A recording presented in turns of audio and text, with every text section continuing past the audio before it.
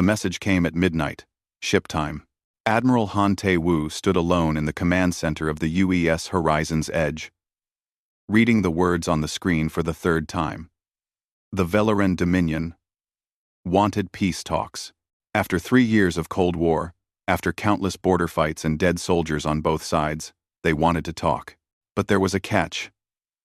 There was always a catch. With the Velarans. They will bring the Krath, said Dr. Yuna Park as she entered the room.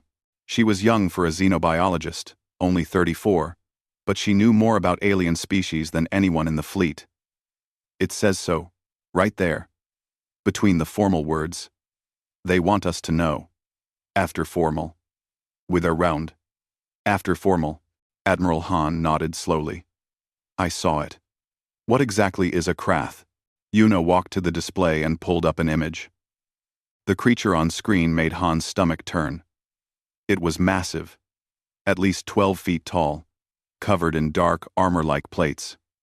6 powerful legs, a mouth full of teeth that could bite through steel, spines along its back that dripped with poison. The Valorans have used the Krath in 12 peace talks before us, Yuna explained. Every single species surrendered. They gave up territory, resources, freedom. All because they could not face this thing. So it's a threat, Han said. It's more than that. The Valorans believe that power comes from fear. In their culture, the strongest predator wins. They bring the Krath to prove they are the apex, the top of the food chain.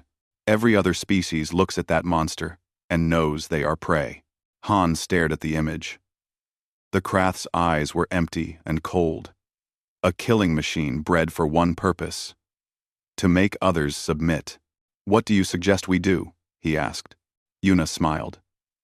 It was not a kind smile. We bring our own predator. Lieutenant Q Sung-ho arrived 20 minutes later. He was the security chief, a tall man with a scar running down his left cheek. He had fought in 3 wars and survived them all. Very little scared him anymore.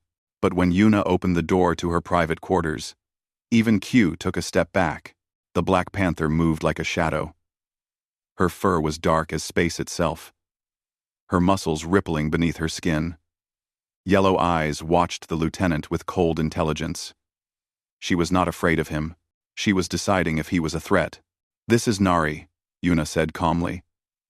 I rescued her 7 years ago from an illegal breeding facility. She has been with me ever since. Ag. Q did not move. You keep a panther. In your room. She has her own space. But yes. Then something small tumbled out from behind the panther. A cub, barely 8 months old, with the same black fur and golden eyes. She looked up at the humans and made a small sound. Curious, rather than afraid. And this is Shadow, Yuna added. Nari's daughter. Admiral Han had followed them. He watched the 2 panthers carefully. You want to bring them to the peace talks? Yes. A panther and her cub. Against a 12-foot armored monster. Yuna turned to face him. Her eyes were serious. Admiral, the Valorans expect us to be afraid. They expect us to see the Krath and fall to our knees. Every species before us has done exactly that. So what makes us different? Because we will not be afraid. Yuna knelt down and stroked Nari's head. The panther closed her eyes and leaned into her touch. Humans have walked beside predators for 10,000 years. We tamed wolves and made them dogs. We rode horses into battle. We hunted with falcons on our arms. We did not conquer these animals. We became their partners. She stood up again. The Valorans will see that. They will see a predator who stands with us by choice. And they will see a cub, a child, who fears nothing because she trusts her mother, and her mother trusts us. Q shook his head. This is insane. Maybe, Yuna admitted. But tell me, Lieutenant, what scares you more? A predator in chains, or a predator that walks free beside its friend? Q had no answer. Admiral Han was quiet for a long moment. He looked at Nari, at the way she watched Yuna with something that might have been love. He looked at Shadow, the tiny cub now playing with her own tail. completely unaware that the fate of humanity might rest on her small shoulders. "Prepare the shuttle," he said finally. "We leave in 6 hours." The horizon's edge moved through space like a silver arrow. Inside, the human delegation prepared for what might be the most important meeting in their history. Q checked his weapons 3 times. He did not like this plan, but he would follow orders. Yuna sat with Nari and Shadow, speaking to them softly. The Panther listened, her ears moving at each word. The cub slept peacefully against her mother's side. Admiral Han stood at the window, watching the stars pass by. Somewhere ahead, the Velorans waited with their monster. They expected humans to be just like every other species. Weak, afraid, easy to break. They were about to learn how wrong they were. "Sir," Q said, coming to stand beside him. "Are you sure about this?" "We're betting everything on a cat and her kitten." Han smiled slightly. "No, Lieutenant. We're betting on what that says about us." Q frowned.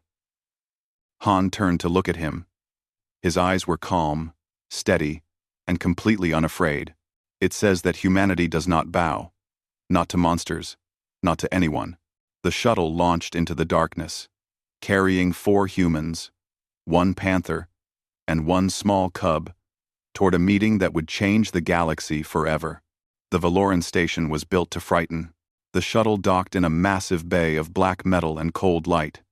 Pillars rose toward a ceiling so high, it disappeared into shadow.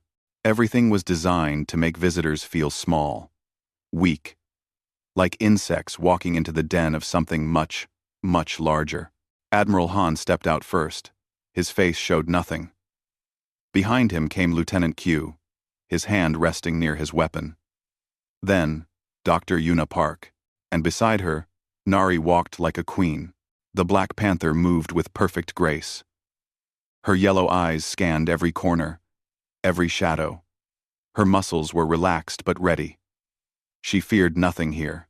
On her back, tiny paws gripping her mother's fur, rode Shadow. The cub looked around with wide, curious eyes. Everything was new. Everything was interesting. Valoran guards lined the corridor. They were tall, insectoid creatures with hard shells and sharp mandibles. Their eyes had no warmth, no mercy. They clicked their jaws as the humans passed, a sound of contempt. Then they saw Nari. The clicking stopped. One guard stepped backward. Another made a strange sound, almost like a gasp. They had expected many things from the humans. They had not expected this. "Keep walking," Yuna said softly. Nari stayed at her side, ignoring the guards as if they were beneath her notice. The chamber of submission was even larger than the docking bay. The ceiling was lost in darkness. Strange lights flickered along the walls like dying stars. In the center of the room stood a raised platform where the negotiations would take place. And there, waiting for them, was High Arbiter Thelos. He was old, even for a Valoran. His shell had turned gray with age, cracked in places, but his eyes burned with cold intelligence. He had led his people for 200 years. He had crushed 12 species under his heel. He had never lost. "Humans," he said. His voice echoed through the chamber. "You have come." "We have," Admiral Han replied.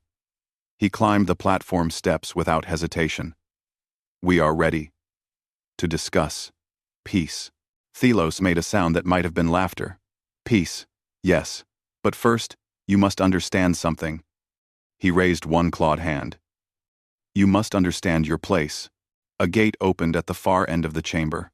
The Krath emerged. It was worse than the images. So much worse. The creature moved like a nightmare given flesh. 12 feet of armored death. 6 legs pounding the ground with each step. Its mouth opened, revealing rows of teeth longer than a man's arm. The spines on its back glistened with poison, and then it roared. The sound was beyond loud. It was a physical force that shook the walls and rattled bones.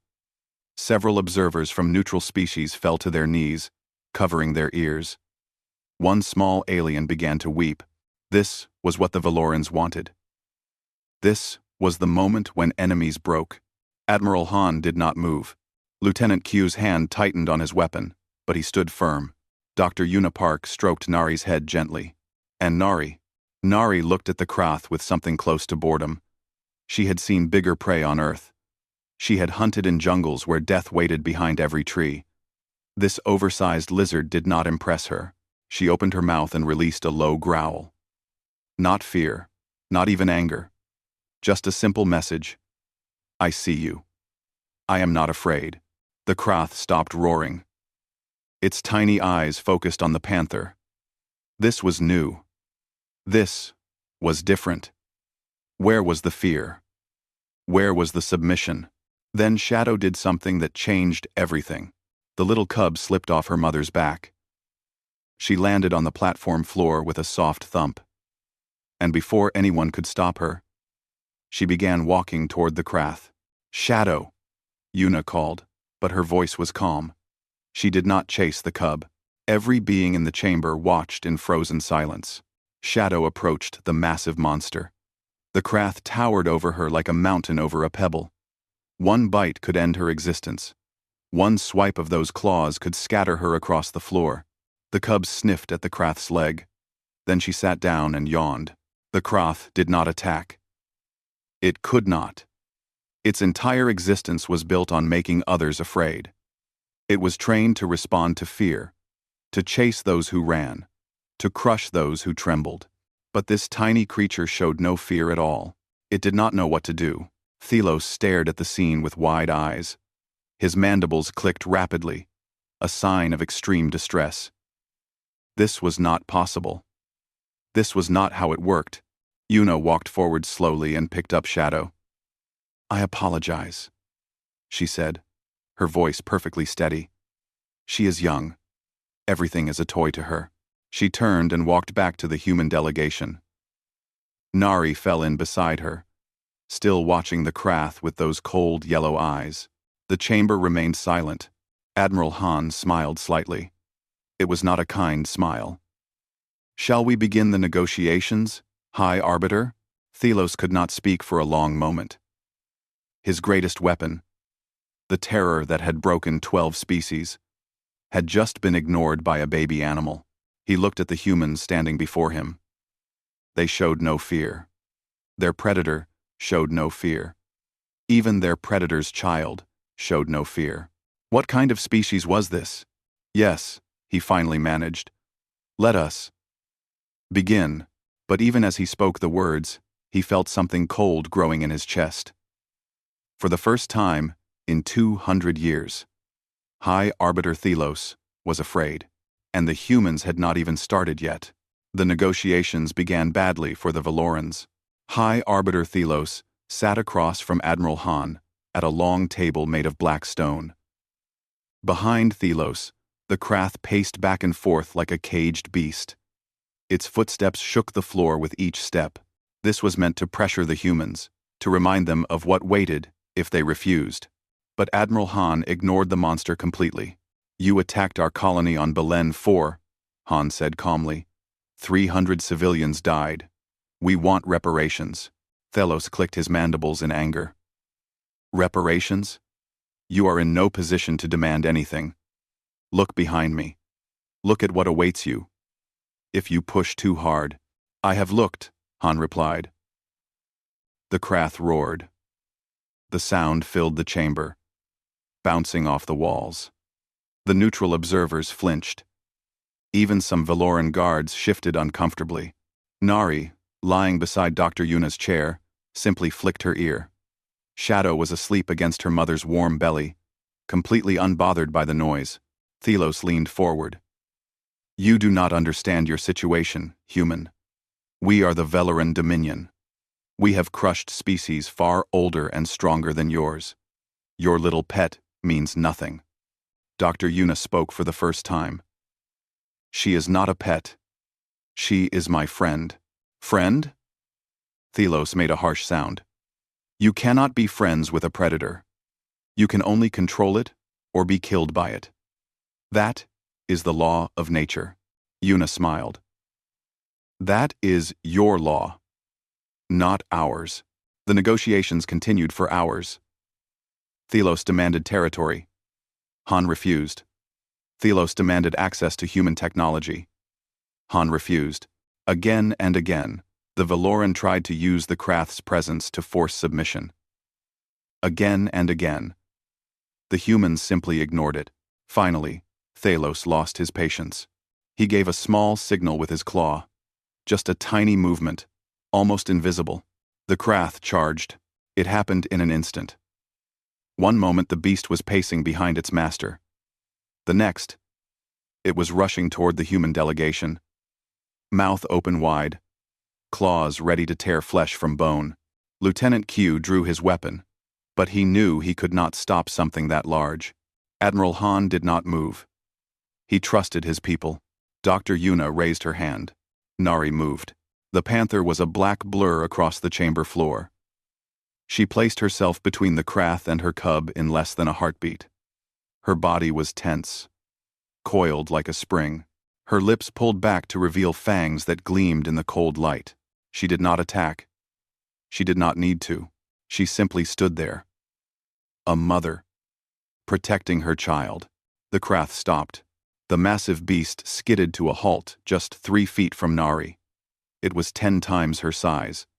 It could crush her with one blow.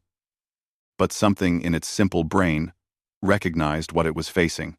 Not just a predator. A mother. The most dangerous thing in any world. For a long, terrible moment, the two creatures stared at each other. The Krath's tiny eyes met Nari's golden gaze. Something passed between them. Some ancient understanding that went beyond species.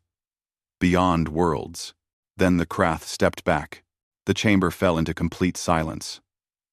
No one moved. No one breathed. High Arbiter Thelos stared at his weapon. His unbeatable monster, as it retreated from a creature a fraction of its size. His mandibles hung open in shock. "Your Krath was bred for war," Yuna said softly. Her hand rested on Nari's back, feeling the Panther's muscles slowly relax. Nari was born for survival. "There is a difference." Thelos found his voice at last. "How? How do you control it? What technology? What drugs do you use?" Admiral Han stood up from his chair. His voice was calm but carried to every corner of the room. "None. She stands with us because she chooses to. That is what humans do. High Arbiter, we do not dominate our predators. We earn their trust." The neutral observers began to whisper among themselves. They had seen something impossible today. The Krath, the terror of 12 species, had backed down, and it had backed down from a mother defending her young. An ambassador from a small species approached Yuna during the break that followed. He was tiny, barely reaching her waist, with large, frightened eyes. "Your people," he said in a shaking voice. "You truly live alongside such creatures?" Yuna knelt down to meet his eyes. "We have for thousands of years. Dogs, cats, horses, birds. We raise them. We love them. They are part of our families. But how? How do you not fear them?" Yuna looked at Nari. The Panther was cleaning Shadow's face with her rough tongue while the cub squirmed and complained. It was such a normal scene. A mother caring for her child. "Because they trust us," Yuna said. "And we trust them. Fear has no place in that." The ambassador stared at the Panthers for a long time. Then, he looked at Yuna with something new in his eyes. Something that might have been hope. "Perhaps," he said quietly, "we chose the wrong species to be afraid of." Across the chamber, Thelos watched the humans with growing dread. His greatest weapon had failed. His intimidation had failed. And now, the neutral species were looking at humanity with respect instead of pity. He needed a new plan. A desperate plan. And desperate plans, as history has shown, often lead to terrible mistakes. The attack came during the night cycle. Lieutenant Q was reviewing security footage when his communicator buzzed. A coded message from human intelligence. He read it twice, then ran to find Admiral Han. "They are planning to kill the Panther," Q said. his voice tight with controlled anger. Thelos has ordered his guards to eliminate Nari during the rest period. They believe if they remove our predator, we will break. Admiral Han set down the report he was reading. When? Within the hour. The Admiral was silent for a moment. Then he nodded. Warn Dr. Yuna, but tell her to stay calm. We will use this. Qiu frowned. Use it? Sir, they are trying to murder a member of our delegation. Exactly. Han's eyes were cold and hard. And when they fail, Dask, every species in this station will see who the Valorans truly are. Dr. Yuna received the warning just as the lights in the corridor dimmed for the rest cycle. She looked at Nari, sleeping peacefully, with shadow curled against her belly. The Panther's ears twitched. Even in sleep, she was alert. I know, girl, Yuna whispered. I know. She did not run. She did not hide. She simply waited. They came 20 minutes later. 4 Valoran soldiers moved through the shadows, their shells clicking softly with each step. They carried neural disruptors, weapons designed to shut down a nervous system without leaving marks. A quiet death. An accident, they would say. The beast became aggressive. They would claim. They found Dr. Yuna sitting in a small alcove, her back against the wall. Nari lay beside her, and Shadow was playing with a small toy. Human, the lead soldier said. Step away from the animal. Yuna did not move. Why? It must be contained. For safety. Whose safety? The soldiers raised their weapons. We will not ask again. Nari's eyes opened.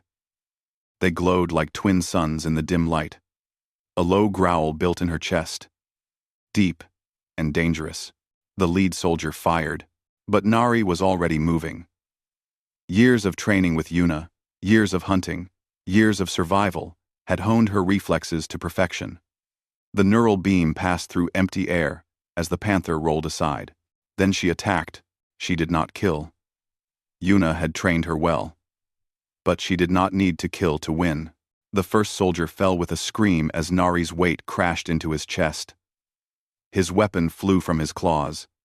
The second soldier tried to aim, but Nari was too fast, too close. Her paw swept his legs from under him. Shadow watched from behind a pillar, her golden eyes wide. She was learning. This was how Mother protected family. The third soldier actually managed to fire. The beam grazed Nari's shoulder, and she roared in pain and fury. But she did not stop. She never stopped. In less than 30 seconds, all 4 soldiers were on the ground. Alive, but broken.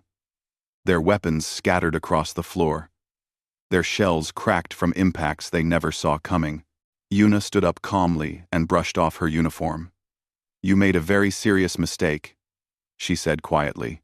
One soldier looked up at her with fear in his eyes. Real fear. Not the performance they showed to weaker species, but the true terror of prey facing a predator. What are you? He whispered. Human, Yuna answered. Just human. The emergency assembly was called 1 hour later. Every delegation gathered in the chamber of submission. The neutral observers, the Valoran Council, and the humans stood in a great circle beneath the cold lights. Admiral Han walked to the center, his voice carried without shouting, calm and steady, and absolutely merciless. 3 hours ago, High Arbiter Thelos ordered 4 soldiers to assassinate a member of my delegation. He let the words hang in the air. The attack failed. The soldiers are alive, but they have confessed everything. Whispers spread through the crowd like wildfire. Thelos stepped forward, his mandibles clicking rapidly. We have the communication logs, Han continued, ignoring him. We have the confession. We have the weapons they used. He turned to face the neutral observers. This is who the Valorans are. They brought their predator to frighten us. When that failed, they tried to murder ours. Not in battle, not in fair challenge. In the dark. Like cowards. The Valoran delegation began to fracture. Several younger members stepped away from Thelos. their body language showing shock and horror. This was not sanctioned by their full council. This was one old man's desperate gamble. Thelos was alone. "You think this changes anything?" he shouted, his voice cracking. "You are still prey. Humanity is still weak." At that moment, Shadow yawned. The tiny cub, tired from all the excitement, had curled up against Nari's paw. As Thelos screamed about human weakness, she opened her small mouth in a huge yawn, showing her baby teeth. Then she closed her eyes and went to sleep. Every eye in the chamber watched the little predator. Completely at peace, completely unafraid, trusting her mother, trusting the humans who stood beside them. Admiral Han looked at Thelos with something close to pity. "Does that look like prey to you?" Thelos had no answer. His power was broken. His reputation was destroyed. His own people were turning against him. He had tried to break humanity with fear. Instead, humanity had broken him with trust. The old arbiter stumbled backward. His guards did not help him. His council did not support him. He was finished. And everyone in that chamber knew it. The Valoran Council removed Thelos before the next day cycle began. Guards came to his quarters and took him away without ceremony. 200 years of power ended in silence and shame. He had gambled everything on breaking the humans.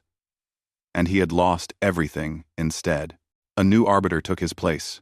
Her name was Sereth, and she was young by Valoran standards, only 80 years old. She had watched the events of the past days with careful eyes, and she had learned something important. Humans were not prey.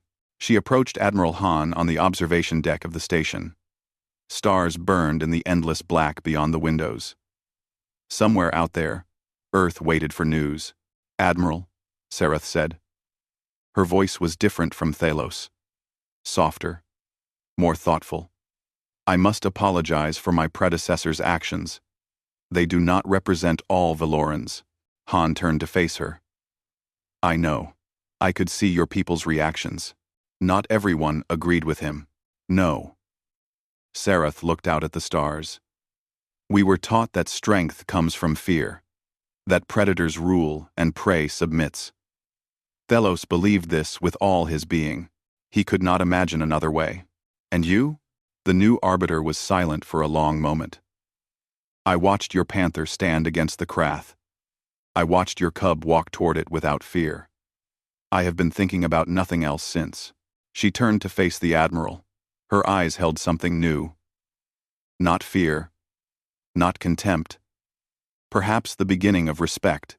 "You did not break," she said. "Every other species broke. But not you." "Why?" Han smiled slightly. "Because we have spent 10,000 years learning that the strongest creatures are not always the most dangerous. A wolf can become a dog. A wild horse can become a partner. The deadliest predators on our world sleep in our homes and play with our children. You make allies of monsters. We make family of them." The peace treaty was signed the following day. It was fair. No dominance. No submission. The Valorans would return the territory they had taken. They would pay for the lives lost in the attacks. In exchange, humanity would open trade routes and share certain technologies. But more important than the words on the document was what had changed in the minds of everyone who witnessed those negotiations. The neutral species lined up to speak with the human delegation. They wanted trade agreements. They wanted cultural exchanges. They wanted to understand how humanity had done what no one else could do. A small ambassador with wide eyes approached Dr. Yuna one last time. "I asked you before how you live without fear beside such creatures," he said. "I think I understand now. Tell me," Yuna said kindly. "You have already accepted what you are." The ambassador glanced at Nari, who was watching over Shadow as the cub explored a new corner of the chamber. "You are predators too. That is why you understand them." Yuna thought about this for a moment. Then she shook her head. "Not quite. We are not predators. We are something else." "What?" "Survivors. We adapt. We learn. We build bonds with creatures that could kill us, and we make those bonds into strength." She smiled. That is the human way. The UES Horizon's Edge departed Velaran space 2 days later. Admiral Han stood at the window of the observation deck, watching the stars stream past as the ship jumped through space. The mission was complete. The treaty was signed. Humanity had proven itself on the galactic stage, but that was not what the galaxy would remember. Already, the story was spreading. Ship to ship, station to station, world to world. The tale of the humans who brought a panther to face the Krath. The tale of the tiny cub who walked toward a monster without fear. That image, that single moment, would define humanity for centuries to come. Lieutenant Q found the Admiral alone. The Council is calling it the greatest diplomatic victory in human history, he said. Perhaps, Han replied. But I don't think diplomacy won this. Then what did? Han turned from the window. Trust. That's what they could not understand. That's what broke them. Not weapons. Not power. Just simple trust. In her quarters, Dr. Yuna sat with her legs crossed on the floor. Nari lay beside her, the panther's great head resting on Yuna's lap. Shadow was curled up against her mother's belly, finally sleeping after the long journey. Yuna stroked Nari's fur gently. Nari purred. The sound was deep and rumbling, like distant thunder. It was the sound of contentment, of safety, of home. Shadow stirred in her sleep. Her small paws twitched as she dreamed of whatever cubs dream of. Perhaps she was chasing butterflies. Perhaps she was climbing trees. Perhaps she was walking toward a monster again, fearless and curious. Yuna smiled. The cub would grow into a magnificent panther one day. She would be strong, like her mother, brave, like her mother, and she would trust like her mother trusted. That was the lesson. That was the message humanity had sent to the stars. We do not conquer our predators. We do not cage them or break them or bend them to our will. We walk beside them as equals. We earn their love. And when the galaxy sends its monsters against us, we face them together. Kyu appeared at the door. He watched the scene quietly for a moment. The woman and her panthers. The bond between them that no Valoran could ever understand. Do you think they finally understand us? He asked. Yuna looked up. The stars were bright through her window. Somewhere out there, countless species were hearing the story of what happened today. They were learning that humanity was something new, something different. No, she said softly, but they're starting to, and that's enough. Nari purred again. Shadow sighed in her sleep, and the horizon's edge carried them home through the endless dark, toward a world where humans had spent 10,000 years learning the greatest lesson of all. The most powerful thing in the universe is not fear. It is trust. End.